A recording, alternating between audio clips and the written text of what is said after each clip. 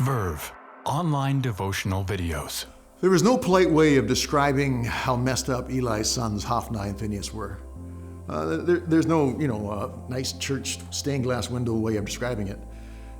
They were having sex with women who worked at the tent of the meeting, and the Hebrew might mean that they were having sex with women at the tent of the meeting.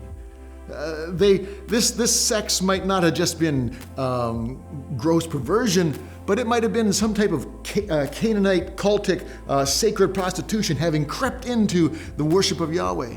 But these men were gratifying themselves at the place where people were supposed to meet with God. And even on top of that, when people brought their offerings to God, they would stop the people and say, no, we're taking what we want first. Imagine coming to church and the offering plate passes by and the usher reaches into it and takes what he wants and puts in his pocket, and the preacher comes down and takes what he wants out of your pocket and puts in his pocket, and you complain, he shakes his fist, I'll punch you out if you do anything about it. And this was Eli's sons. They were scorning and mocking God. They were debauched and they were all into it for themselves. They thought their religion was some way of advancing themselves. There's a lot of people today that think that. And so what happens? Eli speaks to him. Their father speaks to him.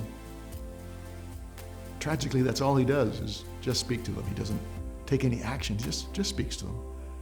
But the scripture says that Hophni and Phinehas would not listen because God had already decided that they had walked into judgment. John Wesley, a great preacher from centuries ago, forgotten by most, said these things about Hophni and Phinehas. They had, by their actions, ended the day of grace that God had for them. They had walked out of His grace, which is so hard to do. And now they are about to reap judgment. Warned ad infinitum. And now they are reaping the consequences of their actions. Folks, we don't want to get there. We need to seize the grace of God that's been offered to us. His warnings are about restoration, not about our destruction. But if we don't take His warnings, it will be our destruction. Verve, devotional videos to your inbox.